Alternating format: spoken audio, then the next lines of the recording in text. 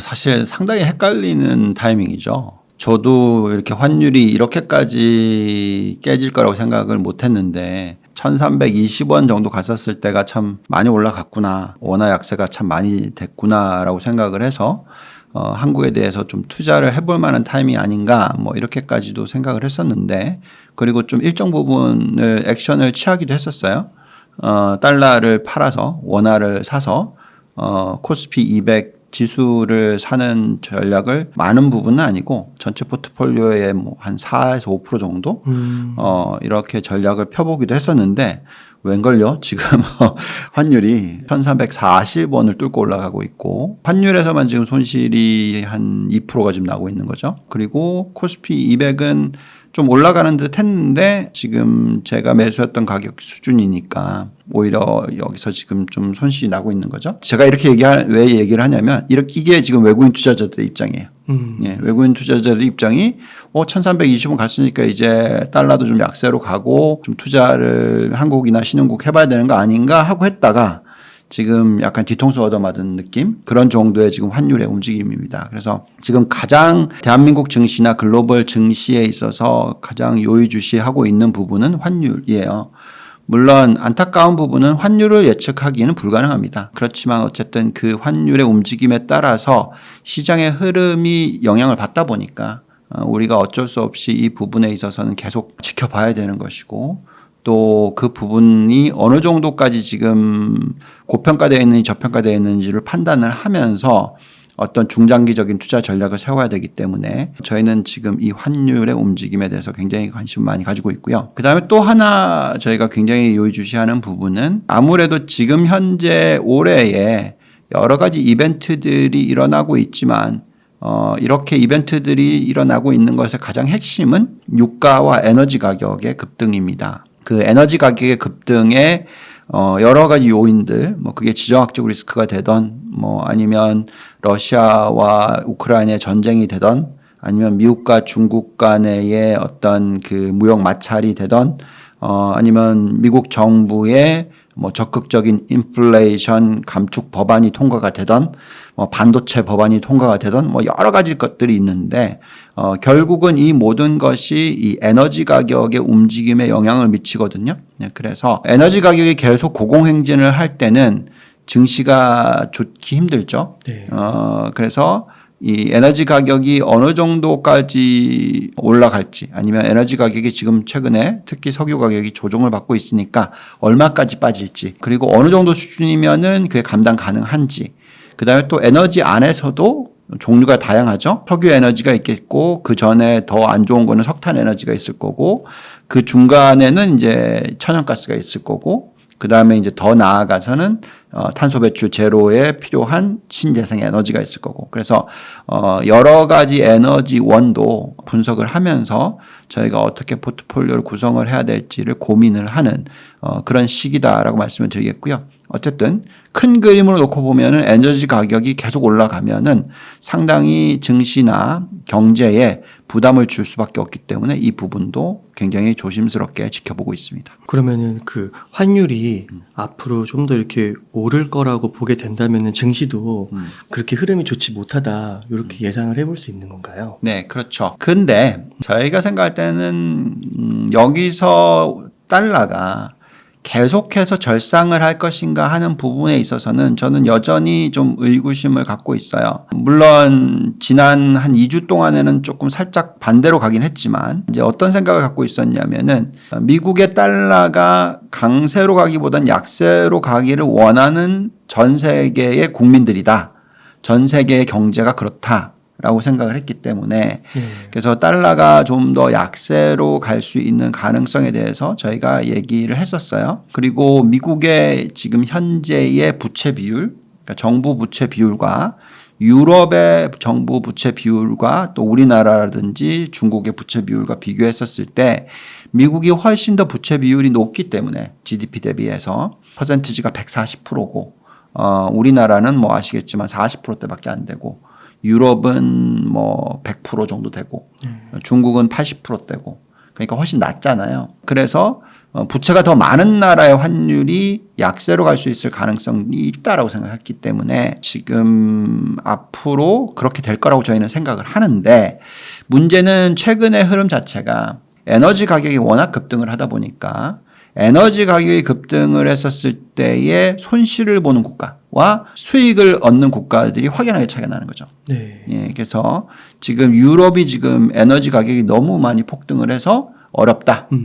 또 우리나라도 지금 무역 수지 적자가 5개월 연속 이어지고 있다. 네. 그러니까 이런 부분들이 오히려 환율을 약세로 가게 만들고, 또 미국 같은 경우에는 오히려 강세로 가게 만들고 있는 상황이 벌어지고 있는 것이죠. 근데 이게 뭐 무한대로 가지는 못할 거고요. 경기가 둔화되는 환경에서 특히 중국 같은 경우에 최근에 발표된 경제 성장률이나 여러 가지 요소들을 봤었을 때 석유 수입을 가장 많이 하는 국가의 어떤 성장률이 떨어지는 상황이라면 결국은 유가는 계속 하향 안정화가 될 수가 있겠고, 그런 과정에서 이제 다시 달러가 어느 정도 약세로 갈 수 있는 환경이 만들어지지 않을까라고 기대를 합니다. 근데 그게 아니라 네. 이렇게 최근에 들어서 2주 정도, 한 2주도 아니죠. 일주일 정도 이렇게 달러가 급등을 해버리고 유로가 약세로 가고 원화가 약세로 가고 이런 환경이면 사실 글로벌 증시가 그렇게 좋을 수는 없죠. 그래서 환율의 흐름이 상당히 중요하긴 합니다만, 그 전에 저희는 이 에너지 가격이 인플레이션에 어떤 영향을 미치고 그 인플레이션이 얼마에 따라서 미 연준이 어떻게 액션을 취하고 이런 부분들을 굉장히 중요하게 생각하고 지켜보고 있는데요. 저희는 그래도 좀 기대를 가지고 있습니다. 이렇게 유가가 좀 떨어져 주고 미 연준의 입장에서 이제 인플레이션 숫자가 좀 떨어지는 숫자가 나오기 시작하면 아마도 금리를 올리는 속도를 좀 더디게 할 수 있을 가능성이 생기고, 그렇게 되면은 글로벌 증시가 큰 폭의 어떤 상승 주기로 또 다시 넘어갈 수도 있기 때문에 지금은 많은 악재가 이미 시장에 반영돼 있다라는 것은 알고 있어서 여기서 또 너무 비관적으로 보실 필요는 없다. 그렇지만 말씀하신 대로 환율이 계속 원화가 절하가 되고 달러가 계속 절상이 되면 시장 환경은 녹록지 않다라고 말씀을 드리겠습니다. 그 미국 입장에서 네. 봤을 때도 달러가 강세여야 좋은 거고 약세여야 뭐 나쁜 거고 뭐 이런 거는 없는 건가요? 그런 거는 없죠. 아. 그렇지만 이제 이런 건 있어요. 지금 최근에 부채 비율이 많이 올라갔잖아요. 그러면은 아무래도 이제 부채 비율이 많이 올라갔기 때문에 달러가 강세이면은 부채를 끄는데 훨씬 더 좀 쉽겠죠. 예, 그런 부분들이 있을 거고요. 그렇지만 사실 그거는 큰 영향을 미치지를 않고요. 그리고 이제 기업들의 실적으로 놓고 보면은 그만큼 실적이 전체의 매출 중에서 달러 매출이 60%이고 나머지 40%가 해외 매출이란 말이죠. 그렇기 때문에 좀 달러 강세로 가는 게 오히려 실적에는 좀 더 플러스겠죠. 그렇지만 그렇다고 해서 지금처럼 이제 우리나라한테도 이게 약간 팔을 비틀면서 이제 얘기하는 게 어쨌든 미국 와가지고 빨리 생산 기지 만들어라. EV 관련된 법안 통과시키면서 미국에서 생산 안 하면 판매 안 된다. 뭐 이렇게 나오잖아요. 그러면 이제 우리나라 입장에서는 환율이 너무 세버리면 투자하기가 불편하죠. 상당히 부담스러울 거 아니겠습니까? 그렇죠? 네. 원화를 달러로 바꾸는 데 훨씬 더 비싸지니까. 네. 그렇기 때문에 외국인들의 투자가 그렇게 활성화되기도 어려울 수도 있어요. 미국의 기업들 중에서 이제 IT 기업들은 매출 비중의 60% 가까이가 또 해외예요. 그러니 또 해외에서 벌어들이는 돈의 가치가 떨어지잖아요. 그래서 그렇게 딱 단순하게 달러가 강세로 가는 것이 좋냐 나쁘냐라고 보기는 어려워요. 그렇지만 이 정도까지 절상이 되면 이때는 오히려 좀 멈춰주는 게 미국의 기업들이나 또 다른 국가들의 기업들이 미국으로 오게 만들거나 온쇼어링을 하는 데 있어서도 좀 부담을 덜어줄 수가 있기 때문에 그렇게 만들려고 할 겁니다. 그래서 지금은 벌써 109달러 지수까지 왔기 때문에 저희는 아마 100 수준까지 다시 한번 떨어뜨릴 수 있는 환경이 되지 않을까라는 기대를 가지고 있고요. 만약에 달러가 100대까지도 다시 떨어진다면 그거는 굉장히 글로벌 시장의 호재예요. 그래서 미국의 연준, 미국의 정부가 어떻게 환율을 컨트롤할 건지를 잘 지켜봐야 되는 건데, 지금은 어쨌든 지금 중국과의 패권 전쟁을 하고 있어서 달러가 약세로 가는 걸 싫어하는 상황이거든요. 페트로 차이나 뭐 이런 얘기가 나오고 있기 때문에 또 시진핑이 이제 뭐 사우디도 간다 그러고 그러니까 그래서 지금 현재 시점에서는 약간 달러의 오히려 강세의 모습을 보여주는 거다. 그러니까 패권국의 기축 통화의 힘을 보여주는 거고요. 그렇지만 이제 그게 또 너무 과해지면 전 세계가 힘들어지기 때문에 그렇게 또 못 하거든요. 그래서 지금 현재 수준의 달러라면은 여기서부터 더 절상이 되기보다는 달러를 절하시키려는 노력도 충분히 미국 쪽에서도 나올 수 있다라고 생각하고 있습니다. 환율이라는 것이 꼭 굳이 금리만 가지고 결정을 할 건 아니고요. 그리고 이미 벌써 그만큼의 환율 절하가 일어났잖아요. 그러니까 뭐 예를 들면 지금 현재 우리나라 금리보다 미 연준의 금리가 좀 더 높다. 그리고 앞으로 0.5% 더 올리면 더 올라간다. 근데 우리도 이제 올리긴 올릴 거고, 근데 그 차이가 그렇게 극심하지 않으면 미국이 금리를 올리기 시작했던 거고 크로스오버가 일어나기 전에 벌써 이미 환율이 뭐 200원 정도 절하가 됐다. 150원 정도 절하가 됐다. 이러면은 이미 벌써 그건 반영이 된 거란 말이죠. 그래서 금리만 가지고 판단하기는 어렵습니다. 그렇지만 좀 안타까운 부분은 있어요. 금리 부분을 예측을 할 수 있는 부분이었었기 때문에 미리 대만은 어쨌든 패그제거든요. 달러에 거의 동조되다시피 하거든요. 그렇기 때문에 우리나라도 커런시 스왑을 했었으면 미리 해놨으면 이럴 때 좀 덜 영향을 받겠죠. 지금 어쨌든 열심히 추진을 하고 있는데 그런 부분들을 좀 잘 해놨었어야지 현대차가 예를 들어서 미국에다 공장을 짓는데도 덜 부담스러웠을 거고 그런 어떤 좀 정책적인 미숙함과 안타까움이 있긴 해요. 근데 그거에 대해서 뭐 지금 제가 뭐 왈부왈부할 건 아니고요. 어쨌든 그렇기 때문에 이번에 안정을 찾는 환율대가 옛날에 비해서는 좀 더 높을 거다 생각을 합니다. 과거에 이제 환율이 안정을 찾았을 때 기억하시는지 모르겠으나 금융위기가 터지고 났었을 때도 심지어 미국이 정말 이제 뭐 달러가 엉망이 됐었거든요. 달러 지수가 70대까지 내려갔었잖아요.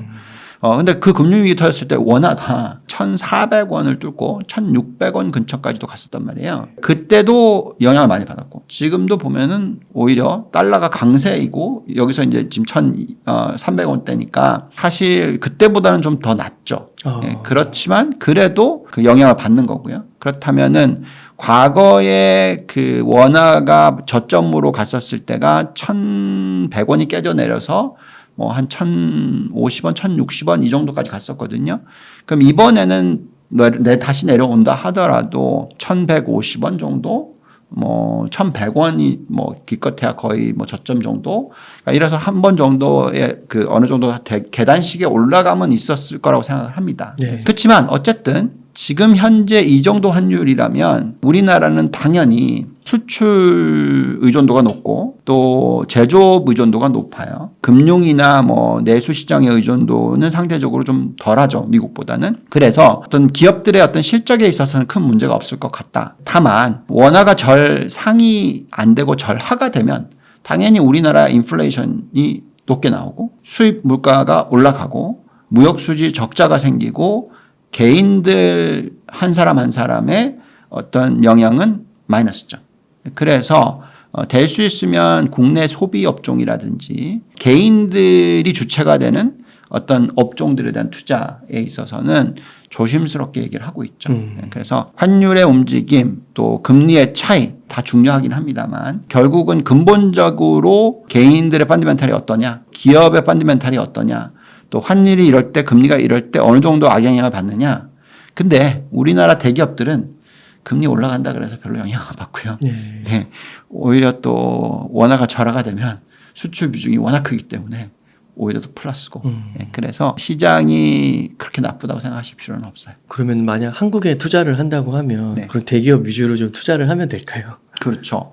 한국에 투자를 한다고 하면 저희는 계속해서 아무래도 이제 미국이 좋다 보니까 미국의 매출 비중이 높은 기업들, 미국의 의존도가 높은 기업들, 또 수출 의존도가 높은 기업들, 또 부채 비율이 낮은 기업들 뭐 이런 위주로 투자를 하시면 당연히 좋죠. 그러면은 지금 이런 상황 속에서 좀 어떻게 좀 투자 전략을 가져가면 좋을지가 궁금합니다. 네. 사실 상당히 어려운 기간이라고 말씀을 드릴 수밖에 없어요. 왜냐하면 이제 제가 굉장히 좀 장기적인 그림을 그리고 중간중간에 어떤 좀 단기적인 그림을 그려서 투자 포트폴리오를 만들고 운용 수익률을 지키고 합니다. 그래서 제가 제 이름을 달고 운용을 해왔던 여러 가지 상품들의 수익률이 거의 매년 S&P 500을 비트를 해요. 수익률로. 네. 거의 두 자릿수 비트를 합니다. 그러면 이제 그렇게 지켜낼 수 있을 방법으로서는 어떤 큰 그림의 변화를 자주 일으키지는 않아요.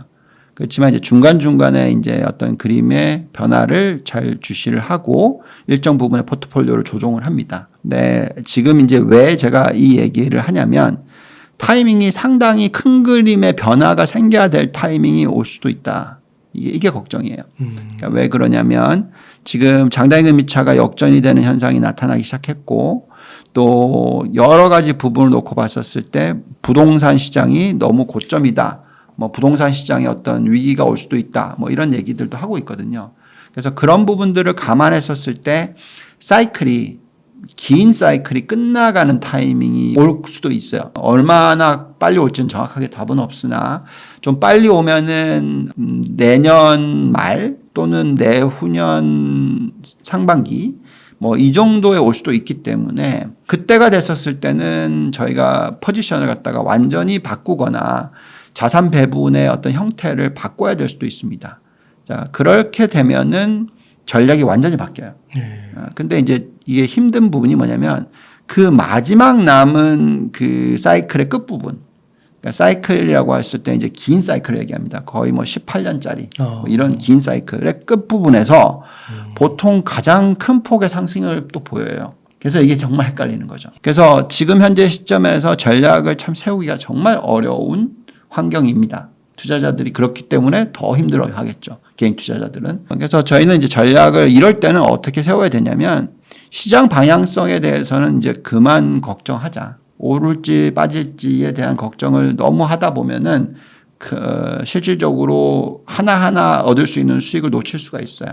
그래서 저희가 지금 세우는 전략은 시장 방향성 투자인 델타 전략은 안 쓰고 대신에 알파 전략이라고 해서 종목 선별을 중요하게 생각을 합니다. 예를 들어서 이제 뭐 은행주를 산다. 이제 은행주를 다 사는 건 아니고 은행주의 비중은 얼마나 더 가져가고 또 그 은행주 안에서 어느 종목이 더 좋고 어느 종목이 더 나쁘고를 판단을 해서 어느 종목을 가져가고 그러니까 이런 종목 선별 아니면 업종의 비중 선별 그러니까 이런 게 굉장히 중요해지는 타이밍이거든요. 그래서 지금 저희가 세워놓은 전략은 앞으로 제법 센 장이 남아있다. 근데 이게 빠르면 내년 초에 끝날 수도 있고, 늦으면 뭐 2026년 초에 끝날 수도 있고, 뭐 정확한 정답이 없으니까, 자, 이럴 때는 시장 방향성을 제외시키고, 가장 좋아하는 업종과 그 안에서 가장 좋아하는 종목을 골라서 포트폴리오를 구성을 해놓고 투자를 해놓으면,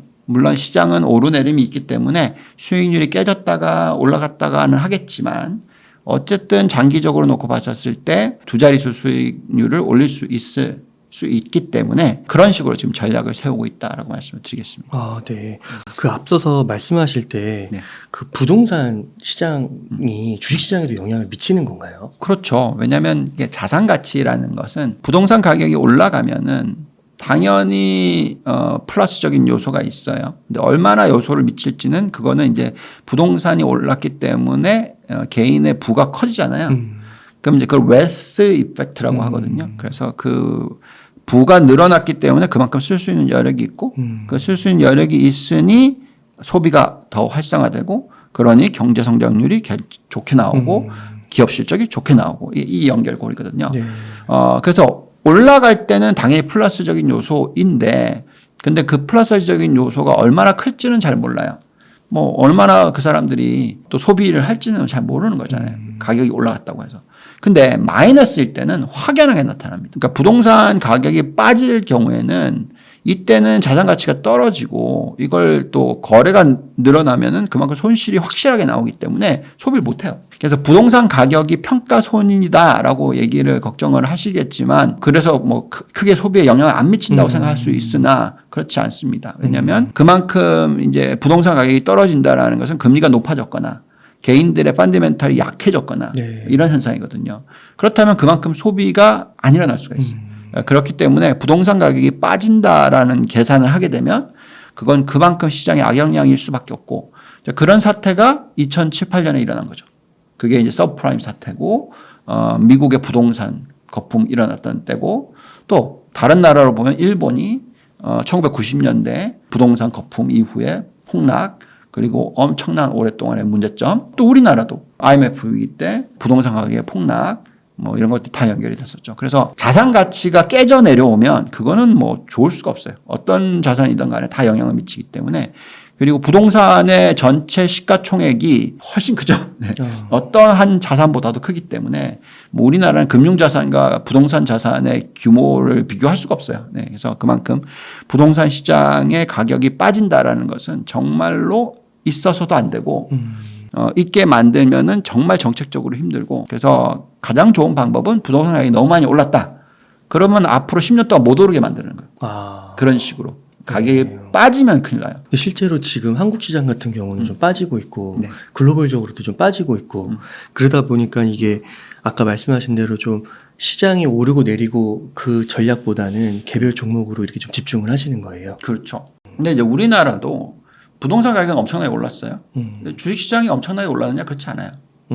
그러니까 실질적으로 부동산 가격이 안 오른다, 뭐 부동산 가격이 좀 빠진다고 해서 주식시장이 빠질 이유는 없어요.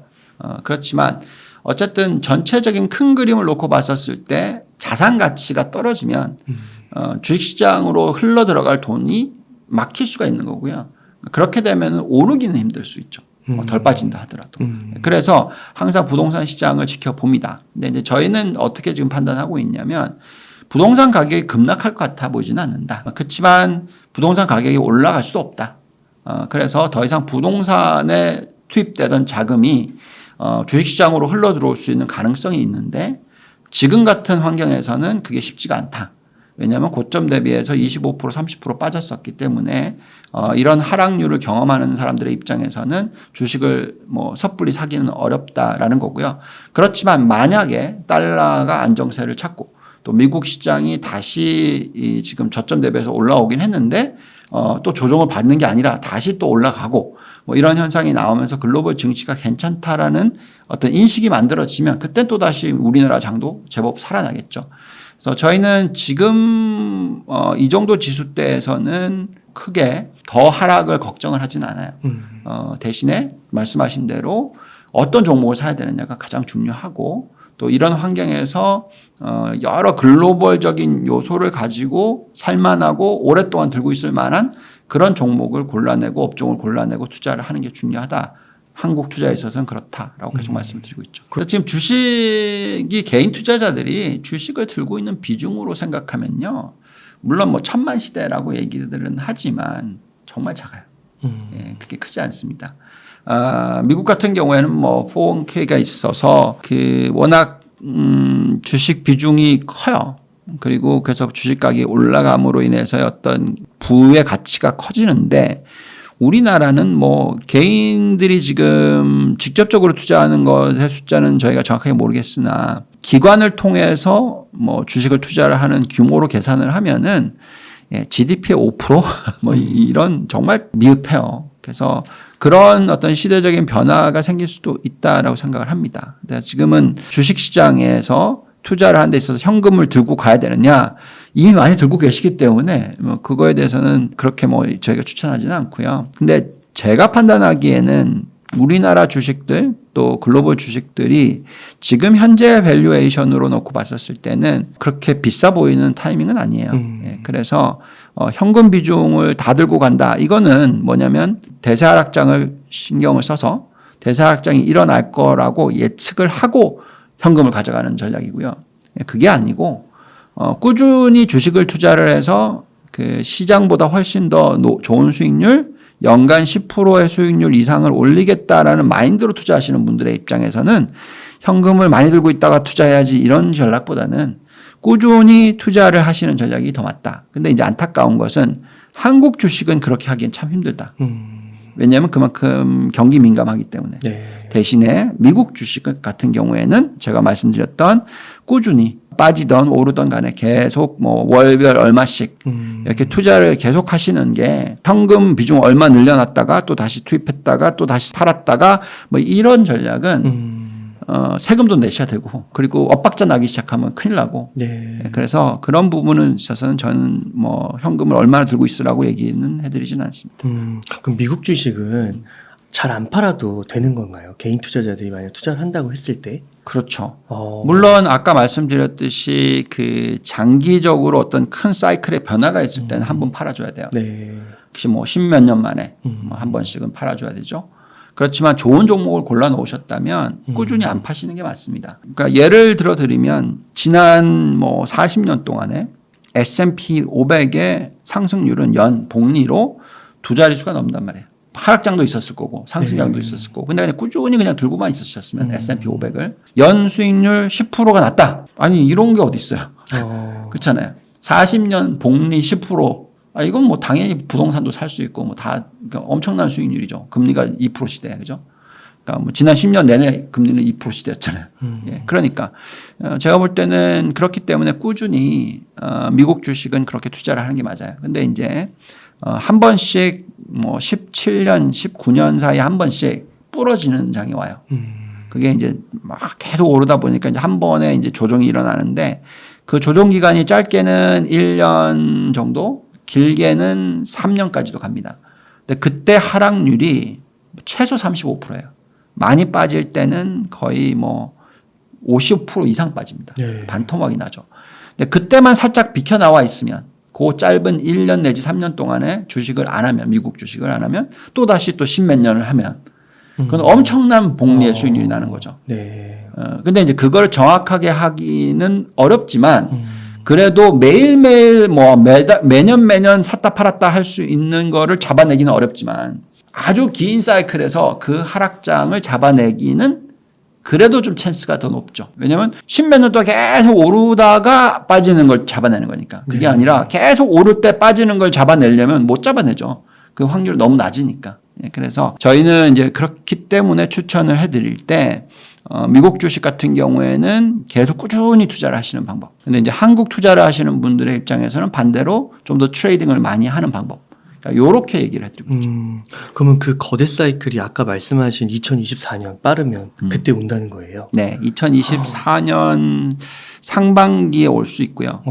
좀 더 늦어지면 2026년 상반기에 올 수 있다라고 생각하는데 그때부터는 아마 고점 대비해서 50%의 하락장이 올 수 있다고 생각합니다. 근데 이제 그거는 정말 많은 것들이 다 그 얼라인 돼서 다 적절한 자리에 딱 만들어져서 그런 장이 만들어지겠지만 지금은 그렇게까지의 어떤 하락장이 나오기에는 이미 벌써 S&P 500이 25% 빠져줬다가 반등을 하고 있고 그렇기 때문에 오히려 전 고점을 다시 한번 시도할 확률이 더 높지 전 저점을 뚫고 내려올 확률보다는 그럴 확률이 더 높다고 생각해요.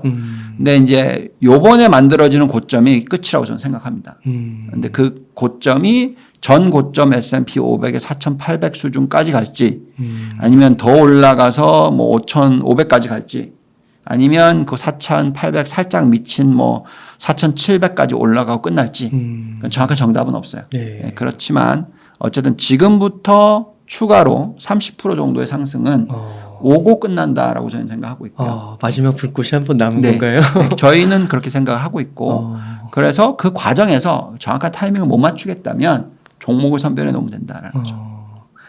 그렇군요. 그러면 올해 네. 그 한 1월부터 6월까지 그 계속 한 20, 30% 이렇게 빠졌잖아요. 네. 그럼 그때도 혹시 이게 그 2024년에 그 큰 거대 사이클이 지금 오는 거 아니냐 이런 판단은 혹시 그때는 안 해보셨나요? 네, 저는 그렇지는 않다고 생각을 했고요. 그 거대한 사이클이 오기에는 미국의 펀더멘털이 너무 튼튼하다라고 생각을 했기 때문에 그런 어떤 부러지는 장, 그러니까 시스테믹 리스크라고 얘기를 합니다. 우리나라로 얘기를 하자면 시스템 붕괴, 그러니까 시스템 붕괴적 하락장. 그러니까 그게 이제 긴 사이클의 세큘러 사이클의 끝이거든요. 그러니까 우리나라가 왔던 거에 이제 98년 그때 IMF 위기 터졌었을 때 97년, 98년 그게 이제 시스테믹 리스크죠. 그러니까 보통 이런 시스테믹 리스크 체계적 붕괴가 일어나는 타이밍은 은행권의 도산과 연결돼요. 왜냐하면 그게 이제 은행들이 망하기 때문에 기업들까지 연쇄 도산이 일어나고 이게 엄청난 대폭락장으로 연결이 되는 거거든요. 그런데 이제 그렇게 보기에는 이번 하락장이 시작된 시점이 너무 거리가 멀어요. 그러니까 미국의 지금 현재 개인들의 펀더멘탈, 기업들의 펀더멘탈, 은행권의 펀더멘탈 이 세 가지 요소가 너무나 튼튼합니다. 그래서 저희는 그 어떤 추세적인 주기로서의 어떤 고점 형성과 대폭락장이 시작됐다라고 판단하지는 않고요. 근데 이제 이번 장에서 다시 올라가서 어느 정도의 수준까지 올라가게 되면 그때는 이미 많은 개인들의 펀더멘탈이 무너지거나 아니면 뭐 좀 이 보더라인 그러니까 마지노선까지 가게 되고 또 기업들도 문제가 생길 수 있는 부분들 생기고 또 지금 뭐 워낙 에너지 가격도 많이 올라갔고 뭐 인건비들이 많이 올라갔기 때문에 어느 정도의 타이밍이 됐었을 때는 정말로 크게 떨어질 수 있는 여건들이 만들어질 수 있어요. 그래서 그 타이밍을 잡아내는 게 중요하고요. 그래서 이번 장은 제가 볼 때는 지금 반등해서 빠진다라고 많이들 얘기하고 있는데 즉 약세장이 이미 시작됐고 그 약세장이 시작됐기 때문에 지금부터 다시 또 빠지기 시작하면 전저점을 뚫고 내려갈 거다라고 얘기하시는 분들이 더 많지만 저는 그건 아니고 이번에 반등이 일어나면 전 고점을 다시 뚫으려는 시도를 한 번은 할 거다. 근데 그게 성공을 하든 실패를 하든 간에 제법 많이 오르고 끝난다. 네. 예, 그리고 그게 요소가 만들어지는 타이밍이 저희가 생각할 때는 2024년 상반기가 되지 않을까. 이렇게 지금 생각하고 있습니다. 그러면은 그 전에 있었던 그 시스템 붕괴는 2008년으로 보시는 거예요? 그렇죠. 2007년, 2008년. 그래서 그 사이클이 이제 2024년, 뭐 늦으면 2026년까지. 그렇게 보시는 거군요. 그때는 진짜 다 팔아야겠네요. 네. 그러면은 본부장님께서 좀 지금 좀 주목하고 있으신 조금 뭐 종목 몇 개라도 좀 언급이 가능하실까요? 네. 뭐 저희가 지금 보고 있는 종목이나 업종은 당연히 지금 이 여러 사이클이 계속 반복이 되잖아요. 근데 이제 사이클을 잘 생각해 보시면은 이게 전체적으로 모든 부분이 다 연결이 돼 있는데 그게 4차 산업혁명이에요. 그러니까 이 사이클의 어쨌든 근본은 4차 산업혁명입니다. 4차 산업혁명이 계속 일어나고 있었기 때문에 결국은 이런 메가 기업들이 만들어졌고 또 IoT 그다음에 이제 이게 AI로 연결이 되고 또 전기차 그리고 전기차 안에 어떤 시스템 자율주행 뭐 이런 거 다 연결이 되는 거잖아요. 그래서 결국은 이게 이 4차 산업혁명인데 이 4차 산업혁명이 활성화가 되면 될수록 전력 소비가 늘어나니까 이게 또 지금 에너지 전쟁 연결이 돼서 에너지 가격 급등 인플레이션 연결이 다 되고 있어요. 그래서 저희는 이제 그 큰 그림의 어떤 그 슈퍼 사이클을 계속 생각하셔야 된다고 생각하고요. 그렇다 보니까 4차 산업혁명의 선두주자로 나가 있는 기업들은 계속 들고 가셔야죠. 그래서 미국의 빅테크 기업들 중에서 있던 아니면 테슬라던 뭐 아니면 이제 또 이게 에너지와 연결이 되니까 뭐 신재생 에너지의 선두주자던 아니면 EV 그러니까 전기차의 선두주자던 거기에 또 신배터리 관련된 선두주자던 그런 쪽도 아니면 이번에 이렇게 에너지 수요가 생기니까 탄소 배출 제로로 가려고 하는데 이에 따라서 중간에 어떤 그 연결고리를 만들어 줄 만한 에너지원이 천연가스. 그러면 이게 또 가격 경쟁이 있거든요. 그렇다 보니까 이제 천연가스 관련된 미국 기업들 뭐 이런 식으로 그러니까 큰 그림을 보면서 계속 수요가 있고 또 수요가 있다 보니까 가격 경쟁력이 있고 가격 경쟁력이 있다 보니까 실적이 안 깨지고 그러니까 이런 쪽으로 들고 가시면 그게 바로 알파 전략이고 네. 그게 바로 상대적인 수익률을 높일 수 있는 방법이고 그래서 저희는 가장 대표적으로 이제 다시 한번 업종을 얘기해 보자면 이 IT가 AI와 연결이 돼 있고 IoT와 연결이 있고 다 연결돼 있고 이게 반도체도 들어갈 수 있고 IT. 그다음에 전력 쪽 거기에 이제 신재생 에너지가 들어가고 천연가스가 들어갈 거고. 그죠? 그다음에 이제 EV 전기차. 네. 그러니까 전기차가 정말로 경쟁력이 있고 앞으로는 이제 가솔린 차는 사라질 거고 전기차로 갔고 그다음에 또 헬스케어 또는 바이오 산업. 신약 개발이든 뭐 여러 가지 뭐 의료 용품이든 뭐 여러 가지 부분을 생명을 늘려주는 그런 환경을 만들어주죠. 이것이 그만큼 굉장히 높은 어떤 실질적인 수익성을 가져다 주니까. 그래서 요 대표적인 4개 산업 정도에 있어서는 꼭 투자를 하시는 게 좋겠다라고 생각을 하고 있고요. 그 다음에 이제 어떤 이제 고유나 뭐 이렇게 가치주 부분에 있어서는 여기에 좀 연결이 되는. 예를 들어서 원자재를 투자를 한다. 그러면 원자재인데 4차 산업에 많이 쓰이는 원자재, 뭐 코볼트, 알루미늄, 구리, 뭐 이런 식으로 그런 쪽으로 이제 또 관련된 쪽을 사야 되겠죠. 2차 전지에 많이 들어가고 뭐 이런 것들. 또 뭐 어떤 뭐 신재생 에너지에 관련된 폴리실리콘 뭐 등등. 결국 우리가 흔히 얘기하는 4차 산업과 연결되어 있는 어떤 가치주와 소재, 원자재, 중간재 뭐 이런 쪽으로 그렇게 연결을 시켜서 포트를 구성하시면 되지 않을까 생각이 듭니다. 네.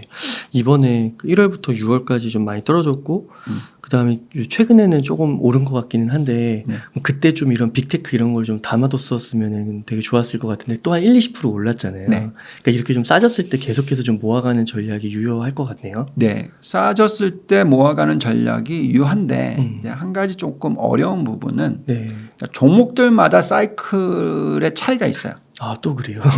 자, 뭐 예를 들어 드릴게요. 대형 기술주 같은 경우에 대부분 다 우리가 적극적으로 사야 된다고 얘기를 했던 몇 년 전은 2013년, 14년 이때 막 사라고 얘기했었을 때 그때 대비해서 모든 종목들이 대형 기술주들이 많이 올랐죠. 네. 뭐 그게 테슬라가 됐던 엔비디아가 됐던 넷플릭스가 됐던 AMD가 됐던 애플이 됐던 마이크로소프트가 됐던 뭐 우리가 흔히 얘기하는 마가 이런 모든 종목들. 근데 이제 가장 대표적인 종목 중에 하나를 뽑아서 얘기를 해볼게요. 자, 넷플릭스는 옛날에 만들어졌을 때 무조건 사야죠.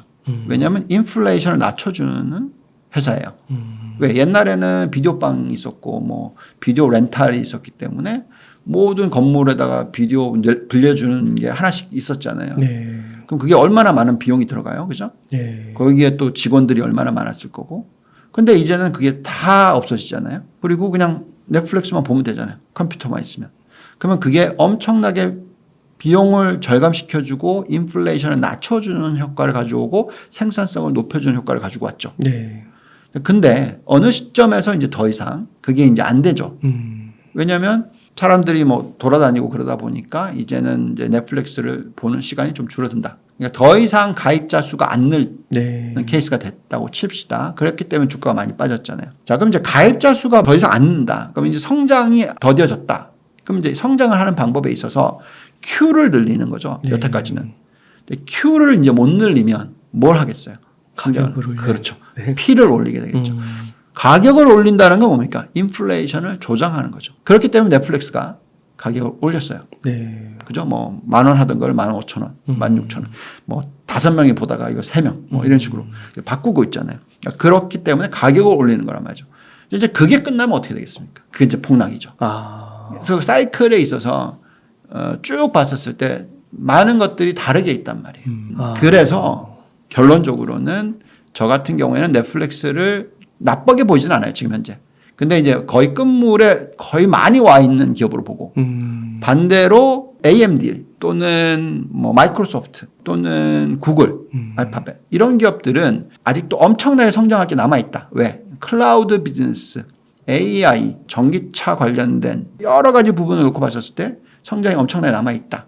뭐 근데 이제 엔비디아도 성장이 남아 있는데 좀 중간에 좀 쉬어야 된다. 뭐 이렇게 다 사이클이 틀려요. 결국은 골라내기 어려워요. 그래서 그냥 ETF를 사는 거죠. 네. 다 투자를 하는. 네. 그래서 운영을 해주는 쪽으로 오히려 맡기게 되는 거죠. 그래서 말씀하신 대로 빠질 때마다 사야 되는 것 맞는데 그거를 종목을 선별하시기 시작하면은 정말로 그 종목을 제대로 이해를 하시고 하셔야 되는 거죠. 저는 넷플릭스 같은 경우는 빠질 때마다 산다. 글쎄요. 그건 조금 조심할 것 같아요. 근데 마이크로소프트가 빠질 때마다 산다. 뭐 저는 계속 살 것 같고. 알파벳 구글이 계속 빠진다. 빠질 때마다 살 것 같아요. 저는. 아마존 살짝 좀 헷갈리고요. 그래요. 예, 이미 성장을 좀 많이 했다고 생각이 들기 때문에. 근데 또 뭐 새로운 게 뭔가 나온다. 애플도 조금 아리까리한데 애플이 뭔가 또 새로운 걸 혁신을 해서 또 성장을 또 만들었다. 그러니까 사이클이라는 게 이렇게 성장을 해요. 성장을 하다가 이제 끝나면 이제 떨어진단 말이에요. 네. 그러니까 떨어지는데 보통 그냥 끝난 회사는 그냥 계속 떨어져요. 그게 끝이 납니다. 근데 이제 좋은 회사는 이렇게 해서 떨어지다가 다시 혁신을 만들어서 또 올라가요. 근데 이제 테슬라는 지금 아직 여기 있단 말이에요. 아직도 성장을 하고 있는 사이클이에요. 그게 끝난 게 아니단 말이죠. 그래서 끝나고 나서 이렇게 좀 떨어질 때 뭔가 또 혁신이 있다 그러면 또 올라가겠죠. 그래서 결국은 우리는 지금 종목을 진짜 선별을 잘 하셔야 된다. 그 말밖에 말씀 못 드리겠네요. 그래서 그렇게 못하면 ETF로 네. 사는 게 더 나을 것 같고. 그러면 지금 좀 글로벌 기업들, 미국 기업들을 좀 이렇게 언급해 주셨는데 네. 혹시 좀 국내에 그래도 국민주로서 삼성전자가 네. 많은 분들이 갖고 계시잖아요. 혹시 삼성전자에 대해서도 좀 한 말씀 가능하실까요? 그럼요. 저는 삼성전자를 보실 때는 네. 그냥 강남에 부동산 사셨다고 생각하시라고 말씀을 드려요. 부동산을 제가 당장은 못 사니까 그냥 예를 들어서 부동산의 땅을 네. 그냥 0.1평씩 뭐 이렇게 사모은다는 생각으로 가지시면 돼요. 왜냐하면 삼성전자라는 종목은 꾸준히 지난 50년 동안에 계속해서 혁신을 이루어왔던 기업이고 계속해서 일정 부분의 성장을 해왔던 기업이고 계속해서 글로벌 IT 산업에서의 리더 중에 한 명이다. 한 회사다. 그러니까 그 회사가 금방 사라질 수는 없다. 그렇기 때문에 지금 주가가 뭐 9만 얼마에서 네, 뭐 6만 원 깨져서 거의 뭐 30몇 프로, 40% 가까이 빠졌다 하더라도 다시 전 고점을 뚫는 시대가 또 옵니다. 그래서 이 종목은 일희일비하실 필요 없고 다른 건 아무것도 모르겠고 내가 뭔가 하나는 해야 되겠다 주식 투자. 그럼 그냥 주식 삼성전자를 그냥 사모 오시는 전략이 더 맞아요. 네, 그래서 너무 뭐 10층에서 떨어져서 지금 6층에 와 있는데 이거 뭐 1층 지하 1층 뭐 가는 거 아니냐 뭐 이런 걱정들을 하실 필요는 없을 것 같고요. 지금 가지고 있는 종목군이나 그 경쟁력이나 또 기업의 어떤 혁신 아이디어나 또 우리나라의 인력까지도 다 포함했었을 때 삼성전자만큼 투자하고 싶은 기업은 없죠. 저는 우리나라 국민들이 삼성전자를 많이 샀다라는 거에 대해서는 뭐 굉장히 잘하고 있다고 생각하고요. 근데 일희일비하지 마시고 이런 큰 종목일수록 좀 이렇게 템포를 길게 1년 이렇게 보지 마시고 적어도 5년, 10년, 20년, 30년 이렇게 바라보시면서 삼성전자를 보시는 게 맞을 것 같습니다. 20년, 30년이요? 그럼요.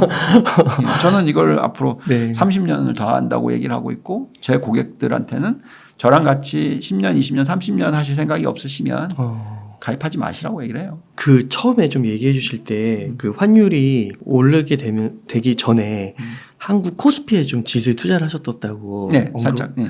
그거랑 삼성전자에 투자하는 거는 좀 차이가 있는 건가요? 차이가 좀 있죠. 왜냐하면 이제 종목 하나에 그 투자를 하는 거고 삼성전자는 제가 투자한 거는 코스피 200이고 네. 200개 기업이 다 들어가 있는 거죠. 예. 그렇게 봤을 때는 이제 코스피 200으로 하는 게 조금 더 낫다고 판단을 하신 거죠. 그런 건 아니고요. 그런 건 아니죠. 제 입장에서는 종목으로 한국을 투자를 하는 것도 굉장히 리스크가 커요, 저희는. 왜냐하면 글로벌 포트폴리오를 구성을 하는데 예를 들어서 글로벌 투자를 하는 사람이다. 그러니까 그게 뭐 개인들의 돈이든 어디서 왔든 간에 어쨌든 제가 팔고 있는 상품, 운영하고 있는 상품, 고객들한테 투자를 하라고 하고 있는 상품의 그 성향이 글로벌 투자를 하는 성향이잖아요. 그런데 글로벌 투자를 하는 사람의 입장에서 들여다봤었을 때는 한국 시장은 전 세계 시장의 겨우 2%가 안 돼요. 거기에 삼성전자는 3분의 1도 안 되죠. 네. 그러면은 1%도 아니고 0.몇 %잖아요. 그런데 삼성전자에 4% 5%를 싣는다. 그러면 그거는 너무 과하게 실는 거거든요. 제 입장에서는. 그래서 그런 부분들을 감안했었을 때는 삼성전자를 사느니 그냥 코스피 200으로 샀었을 때 전 세계 시장에 2% 정도 되니까 제가 그거를 4% 샀다. 그러면 한 2배 정도 사는 거니까 맞는 거거든요. 혹 어떤 분들은 그 코스피 사느니 삼성전자 사면 배당도 주고 그게 곧 그거다 이렇게 좀 단순해서 수도 있죠. 그렇게 생각할 수도 있는데 개인 투자자들의 입장인 거고 저는 어쨌든 포트폴리오를 운영하는 사람이고 펀드 같은 랩을 운영을 하는 사람이고 또 그렇게 돈을 모아서 투자를 하는 사람의 입장에서는 그런 식으로 종목을 막 지르기에는 굉장히 변동성이 더 심하거든요. 당연히. 네. 그러면 아까 좀 언급해 주신 그 글로벌 기업하고 삼성전자를 좀 비교했을 때는 좀 비중을 어떻게 좀 섞으면 좋을까요? 그러니까 글로벌 시가총액이라는 게 있어요. 네. 그래서 이제 글로벌 시가총액이 100이라고 치면 그 중에 미국이 60, 우리나라가 아까 말씀드렸듯이 겨우 뭐 2, 중국이 한 15, 뭐 유럽이 뭐 한 10, 뭐 일본이 뭐 한 5, 뭐 이런 식으로 있단 말이죠. 그래서 이제 저희가 비중을 그렇게 이제 분산을 해요. 그럼 이제 예를 들어서 이제 미국에 60을 한다고 칩시다. 근데 그럼 미국의 60을 갖다가 그냥 지수만 하면 너무 재미가 없기 때문에 그 안에서 지수의 구성을 보고 또 이럴 때 지금 인플레이션 영향을 받을 때 인플레이션 가격 증가가 되는 업종이 뭔지 또는 그 안에 경쟁력이 있는 기업이 뭔지. 그래서 이제 기업을 가지고 60% 이상의 포트폴리오를 또 구성을 하는 거죠. 마찬가지로 한국에 2%를 투자를 하겠다고 했을 때 그거를 인덱스로 살지 네. 아니면 그거를 그냥 삼성전자로 들고 있을지 할 수도 있는 거고. 네, 말씀하신 대로 타이밍 자체가 저희가 볼 때는 반도체를 좋게 보고 있고 또 IT 산업을 좋게 보고 있고 삼성전자를 좋게 보고 있으나 지금 타이밍 상으로는 팍 올라가는 데 있어서 삼성전자가 리드를 해서 시장을 움직이기는 조금 빠르다. 그래서 지금 사이클적으로는 삼성전자 말고 그냥 코스피 200으로 들고 가는 거고. 뭐 그런 식으로 포트폴리오를 구성을 하는 게 중요합니다. 아, 그러면은 본부장님께서는 글로벌에 다 투자하시는 거예요? 그렇죠. 아, 그 시가총액 이렇게 그 퍼센트로 나눠가지고. 근데 뭐 그렇게까지 디테일하게 하지는 않고요. 저희는 지금 뭐 거의 80% 이상이 미국이죠. 예. 아, 그렇게 하시는군요. 네, 감사합니다. 그 본부장님 그 아까 2024년에 큰 사이클이 만약에 끝난다고 하면은요, 그런 위기가 한번 오면 진짜 반토막이 날 수도 있다고 하셨잖아요. 그러면 보통 회복까지는 대략 어느 정도 기간 이런 것도 있나요? 있죠. 뭐 보통 50% 빠지는 장이면 보통은 최소 2년은 빠지거든요. 예. 그래서 그 2년 그 다음에 다시 제자리로 돌아가는데 그 빠진 기간에 1.5배 정도 시간이 더 걸릴 수 있죠. 그러면 3년. 그러면 만약에 그 고점에서 사셨으면 다시 회복하는데 5년이 걸릴 수가 있죠. 그러면은 그때는 팔고 3년 동안 장을 떠나 있는 건가요? 2년 동안에 빠질 때는 떠나 있는 거로 하기는 좀 어려워요. 예, 그래서 저희는 이제 어떻게 하냐면 보통 전체 포트가 100이었다면 절반을 덜어내요. 그 절반을 덜어내서 그 절반 가지고 그 현금이 됐다면 그냥 현금을 들고 있어도 되는데 그건 너무 일을 안 하는 거고 그 현금 대신에 뭘 사야 될지를 결정을 하는 거죠. 정말 장이 엄청나게 하락장이 올 거다. 그러면 그걸 인버스로 사죠. 그래서 빠지는 장에 어느 정도 헤징을 하고 그게 아니고 정말로 그렇게 엄청나게 폭락할지는 잘 모르겠다. 그러면 그 현금을 가지고 뭐 금리가 많이 올라가 있으면 채권을 산다든지 뭐 아니면 뭐 다른 어떤 그 배당이 굉장히 높은 어떤 주식들 뭐 그렇게 많이 주가가 빠진다 하더라도 배당 수익률이 워낙 높을 수 있는 그런 종목들 뭐 헤징을 한다든지 아니면 어떤 일정한 부분에 있어서 매력도가 높아 보이는 어떤 카마더티를 산다든지 아니면 그냥 달러 ETF를 산다든지 뭐 등등의 어떤 자산 배분을 할 수가 있거든요. 그런 시기가 오면은 절반은 덜어내죠. 본부장님 마지막으로 좀 한 가지 좀 여쭤보고 싶은 게 요즘에 주가 은행주가 많이 빠져가지고 배당을 막 10% 가까이 주더라고요. 한국은행주가. 예, 한국은행주, 증권주도 그렇고 그런 쪽에 배당 많이 주는 그런 주식에 좀 넣는 건 어떻게 생각하세요? 지금은 그렇게까지 나쁘진 않다고 생각을 해요. 네. 주가가 이미 많이 빠졌고 저평가되어 있는 것도 사실이고. 근데 이제 좀 걱정스러운 부분은 은행주 같은 경우에는 이게 이제 BIS 비율이라는 게 있고 또 은행주의 펀더멘탈이라는 게 있어요. 근데 지금은 괜찮은데 우리나라의 가계부채 비율이 너무 높아요. 그래서 어느 시점에서 뭔가 이제 미국에서 어떤 위기가 터졌다 칩시다. 아니면 뭐 다른 나라에서 터졌다 칩시다. 그러면 예를 들어서 정말 부동산 가격이 30% 폭락을 했다. 그럼 이제 큰일 나요. 그러면 이제 은행도 망가지거든요. P나 뭐 여러 같은 부분에. 그러면 은행이 망가지게 되면 자기 자본을 다 깎아요. 주식 투자해 놓으면 그걸 빵원을 만들 수도 있어요. 그러니까 그럴 가능성이 없다라고 얘기를 할 수가 없단 말이죠. 그럼 그 리스크는 그 연간 8%를 벌기 위해서 휴지 조각이 될 수도 있을 가능성이 있다면 조심해야 되는 거죠. 그래서 저는 솔직히 말씀드려서 한국은행주는 투자를 하지 않습니다. 그 아까 좀 얘기해 주셨던 게 부동산의 하락이 급격한 하락은 없을 것이다 좀 얘기해 주셨는데 그러니까 이러한 가능성을 뭐 높게는 안 보는 거죠. 폭락의 가능성을 높게는 안 보는데 충분히 그럴 수도 있죠. 있다라는 것 때문에. 그리고 그렇게 뭐 예를 들어서 일본 같은 경우에 예. 부동산 가격이 급락하고 한참 동안에 오랜 기간 동안에 부동산 가격이 엉망이었잖아요.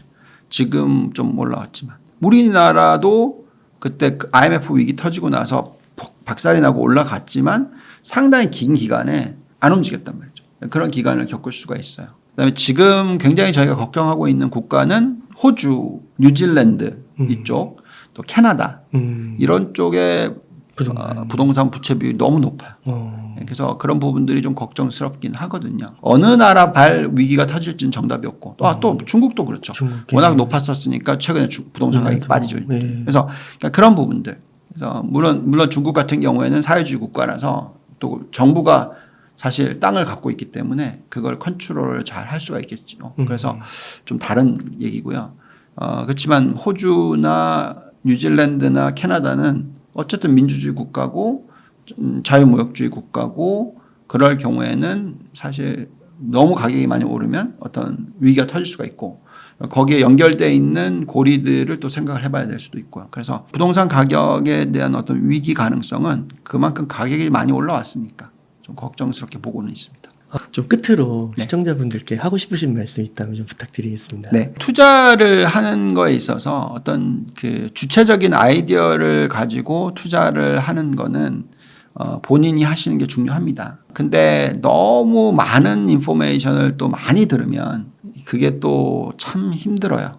네, 그래서 요즘에 저 어떤 분을 뵀냐면 워낙 유튜브를 많이 보셔가지고 종목이 100개가 됐다. 이런 분들이 계세요. 그건 정말로 이 아이디어와 주체가 없이 투자를 하시는 겁니다. 그래서 제가 꼭 말씀드리고 싶은 거는 정말 열심히 번 돈이잖아요. 그걸 투자를 하시는 거거든요. 뭐 예를 들어서 집을 사실 때 그냥 좋다더라 그래서 사지 않잖아요. 가서 보고 들여다보고 집이 좋은지 역세권인지 뭐 대출을 어떻게 할 건지 다 계산하시고 하잖아요. 주식 투자도 그렇게 하시라고 말씀을 드리고 싶어요. 공부를 하셔야지 된다. 만약 그게 불가능하다면 시간적으로 그러시다면 그냥 전문가한테 맡기시는 전략이 더 맞다. 근데 이제 중요한 거는 그 전문가가 어떤 멘탈을 가지고 어떤 생각으로서 타인의 돈을 운용을 하고 있는지가 더 중요하다. 네. 그래서 미국 같은 경우에는 보통 간접 투자를 하시고 간접 투자를 할 때도 그 트랙 레코드가 있기 때문에 그 매니저가 얼마나 오랫동안 어떻게 운용을 잘해왔는지를 보고 결정을 내립니다. 오히려 그런 좀 노력을 하시는 것이 좋지 않을까. 그래서 꼭 장기 투자를 생각을 하시고 귀중한 돈을 투자를 하실 때는 공부를 하시고 투자를 하시기를 조언해 드립니다. 감사합니다. 그럼 오늘 인터뷰는 이 정도에서 마무리하도록 하겠습니다. 네. 이렇게 해서 유한타 증권의 유동원 본부장님을 모시고 이야기를 나눠봤습니다. 긴 시간 동안 유익한 인사이트 많이 나누셔서 감사의 말씀드립니다. 오늘 고생 많으셨습니다. 네, 감사합니다.